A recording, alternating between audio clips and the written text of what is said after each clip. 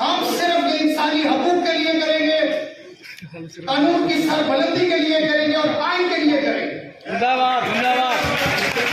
हमने जो भी करना है, जिस तरह आज की तहरीक हमारे भाई इमरान पाशा ने दी है, इस तरह का ये एक वाकया नहीं है।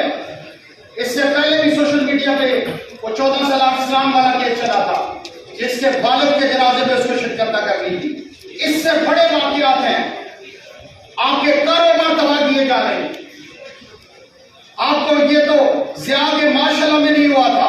मेरे वालिद साहब 11 साल जेल में रहे ज़ियाद माशाल्लाह में, मगर फैमिली और बिजनेस को किसी ने टच नहीं किया, किसी फीमेल को टच नहीं किया।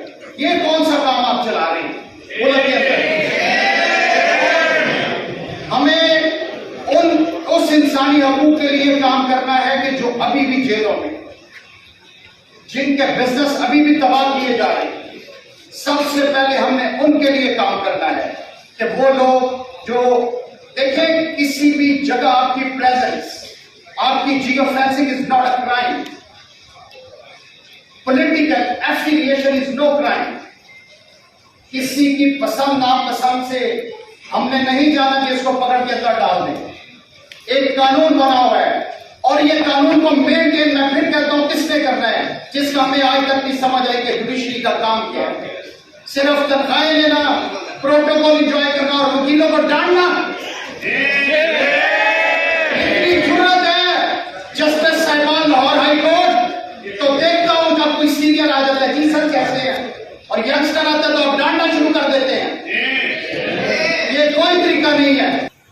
और ये बहुत बड़ी मूव चलनी थी अगर बंदियाल साहब अपने पांव पे खड़े होते, मगर अफसोस कि वो भी आधे रास्ते में लड़खड़ा गए। अब यही उम्मीद हमें काजी साहब से, आपका नाम भी तो काजी है, अल्लाह करे कि आप अपने नाम की लाज रखें कि आप वाकई ही काजी बने।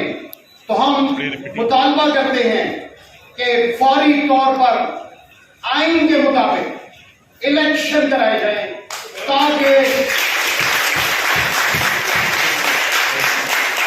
मुल्क के अंदर स्टेबिलिटी आए। और आपका ये जो डॉलर की आप बात करते हैं, डॉलर वक्ती तौर पे नीचे आ गया, बॉर्डर्स पे मैं तो नहीं खड़ा होगा कि बॉर्डर से कैसे उड़ के चला जाता है। करता हूं इसकी जिम्मेदार जो आज मुल्क में हो रहा है सिर्फ जुडिशरी है। इनका काम है मुल्क के अंदर अस्करी इदारों और पुलिस, इनका काम यही है, इनको ट्रेनिंग ही ये है। मगर इदारा जुडिशरी किस लिए बनाया गया? उनको भी अपनी लिमिट्स में जुडिशरी ने रखना है। आज इनका काम सिर्फ एक है, ये जिस दिन जज बनते हैं उस दिन के बाद इनका चैम्बर किस लिए चलता है? हमें सिर्फ इस चीज का जवाब दे दें। उसके बाद इनका काम है कि चैम्बर चलाएं। उस दिन में इंडियन जस्टिस, उनकी बेटी अगले साल प्रैक्टिस शुरू कर रही है, उसने वहां से ट्रांसफर ले ली है कि मेरी बेटी यहां पे अगले साल प्रैक्टिस शुरू करने जा रही है, मैं यहां एज ए जस्टिस काम नहीं कर सकता। चीफ जस्टिस लाहौर में आपको चैलेंज करता हूं, जितने आपके जजेस के कितन किन प्रैक्टिस कर रहे हैं, मुझे आज तक नहीं समझ आई।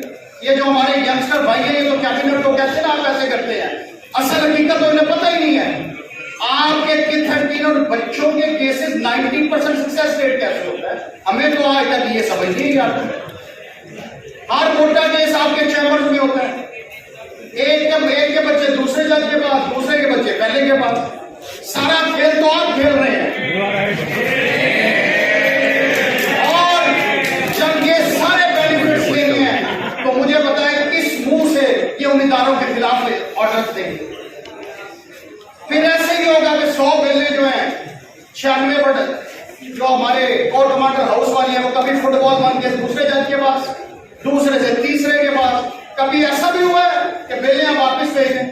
आपका अगर सेक्शन ऐड हुए थे, आप कहते हैं यहां पर लिख लें, हाथ से लिख लें। उसके बाद वही एटीसी की जज साहब आपने फिर रिमांड में भेज दिया। इन्वेस्टिगेशन सेक्शंस की नहीं, केस की होती है। तो जो हमारी जुडिशरी कर रही है, सीजेपी साहब, हमें आपसे बड़ी तवक्कुआत है, मगर लिख रहे हैं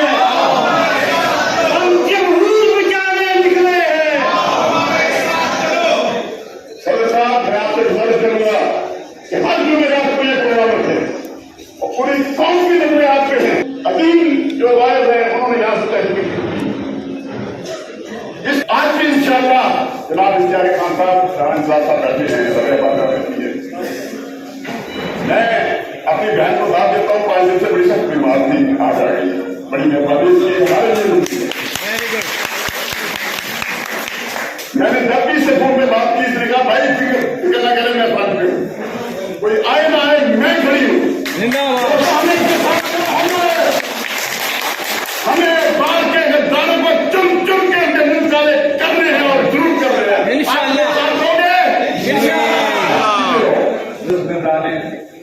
हाईकोर्ट बार मीडिया का भी हम शुक्रिया अदा करते हैं कि जिस तरह वो आहिस्ता आहिस्ता उनके हौसले बुलंद हो रहे हैं, वो खबरें दे रहे हैं। मैं आज गुजारिश करूंगा, मैं मुखातिब हूं अपने चीफ जस्टिस पाकिस्तान से। ये वही चीफ जस्टिस ऑफ पाकिस्तान है जब इन पे मुश्किल वक्त था। आज ऐसी बातें करते हुए, चाहे वो सुप्रीम कोर्ट के जजेस हों, चाहे वो हाई कोर्ट के जजेस हों, चाहे वो डिस्ट्रिक्ट जुडिशरी हो, इस बात को मैं आज वाज़े तौर पे यहां बताना चाहता हूं कि खुदा उस वक्त से डरें जब ये बात इस तरफ का रुख करेगी, जब आपको अपने रिटायरिंग होम में बैठने की भी इजाजत नहीं होगी।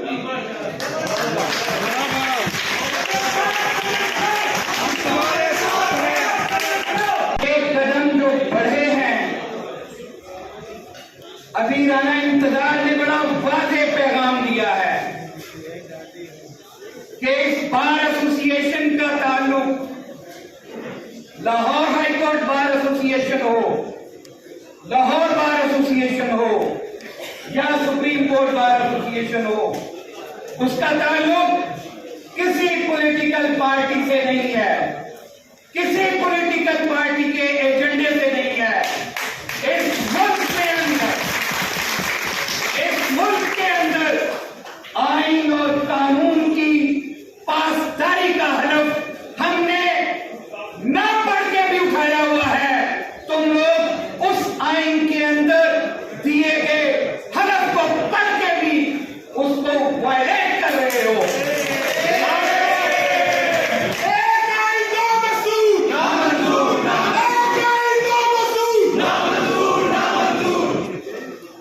जहां तक बात आई, हमने मीडिया के दोस्तों के तवज्जुह से पहले भी बताया था कि आज अरशद शरीफ की बारी है, कल इमरान रियाज की बारी आई है, और मुझे बड़े अफसोस के साथ कहना पड़ता है कि खुदा ना खास्ता अगर आज प्रेस क्लब के सदर की बारी आ गई है तो फिर तो खुदा ही हाफिज है इस मुल्क का, जो लोग अपनी हकीकी आवाज को नहीं उठा सकते।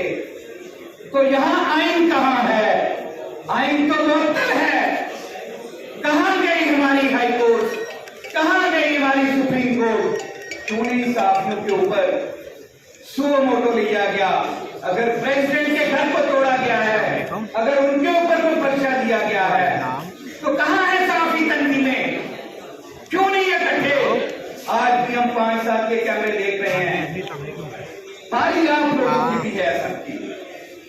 मैं अपने आप को भी ये आपके सामने कहता हूं कि कहीं हमने कोई जिरा नहीं पहनी हुई, हम लोग कोई महफूज नहीं है, लेकिन हमारा ईमान अपने रब पे है कि जब तक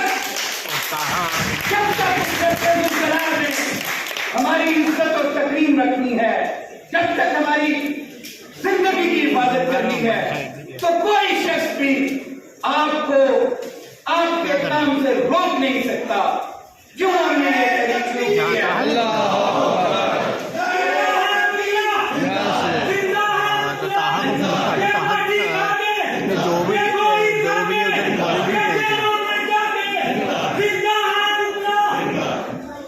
कोई मफाद हमारा नहीं है किसी के। तो उसमें दो मैं इस रोस्टम के तवज्जुह से कह रहा हूं कि मैं किसी भी पॉलिटिकल पार्टी का ऐसा बेनिफिशियरी नहीं हूं। मेरी पूरी कैबिनेट इन सब लोगों के लिए आज इसलिए खड़ी है, जिन पे जुल्म और जबर हो रहा है, क्योंकि वकील हमेशा जुल्म और जबर के खिलाफ खड़ा होता है। हमने आज भी ये तरीके चलाई है। इफ्तिखार मोहम्मद चौधरी के साथ हमारी कोई रिश्तेदारी नहीं। इस सुप्रीम कोर्ट के तकद्दुस को पामाल किया था। पूरे मुल्क के वकील इकट्ठे होकर निकले और हमने जुडिशरी को रिस्टोर करवाया। रिस्टोर करवाने के बाद अगर फिरौतियत कई कदम में आ जाएगी तो फिर यही काला कोर्ट के खिलाफ भी तहरीक चलाता है। हम लोग आज तक ये इस बात के इंतजार में हैं कि कब जुडिशरी अपना रोल प्ले करे। मैंने अपने इब्तदाइया में इसलिए बात कही थी कि कल हमारी मीटिंग हुई है। हमारी तवक्कुआत हैं कि चीफ जस्टिस ऑफ पाकिस्तान की पहली तकरीर जो होती है वो ट्रिकल डाउन करती है पूरी जुडिशरी के लिए, वो इस हाईकोर्ट के लिए भी पैगाम होती है, वो इस डिस्ट्रिक्ट जुडिशरी के लिए भी पैगाम होती है। हम तवक्को रखते हैं कि जो हमने आज से पहले चीफ जस्टिस साहब ने बातें की, जो कमीशन किए, जो रिपोर्ट्स की, जो फैसले किए, आज वक्त है कि उन फैसलों पे अमल दरामद करवाया जाए। आज वो वक्त है उन फैसलों की रूह के मुताबिक आइंदा फैसले किए जाएं, जो कि इस मुल्क में इस कौम की तकदीर को बदलने के लिए जरूरी है। क्या ह्यूमन राइट्स वायलेशन अपने उरूज पे हैं, लेकिन उसके ऊपर कोई फैसला नहीं किया जा रहा। उसको इस बात से मशहूर किया जा रहा है कि अभी प्रोसीजर एक्ट जो है वो उस पर फैसला होगा तो 184 की पिटीशन के बारे में हम फैसला करेंगे। आईन मौजूद है, एक्ट में कोई अमल माने नहीं है।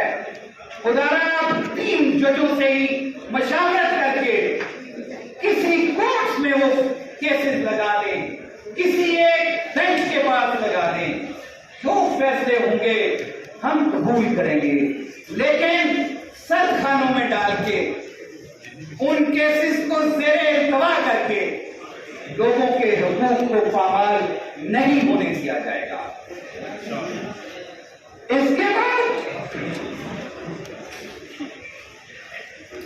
यहां पे बात हुई कि सिविल सोसाइटी को बुलाया नहीं गया। मैं आपको मेरी तकारीर, मेरे हाउस के अंदर की जाने वाली तकारीर, उसमें हमेशा हर बार इस बार का हर मेंबर जो इस हाउस में मौजूद है, जो इस हाउस में मौजूद नहीं है, सिर्फ इजलास के अंदर रहनुमाई की जाती है।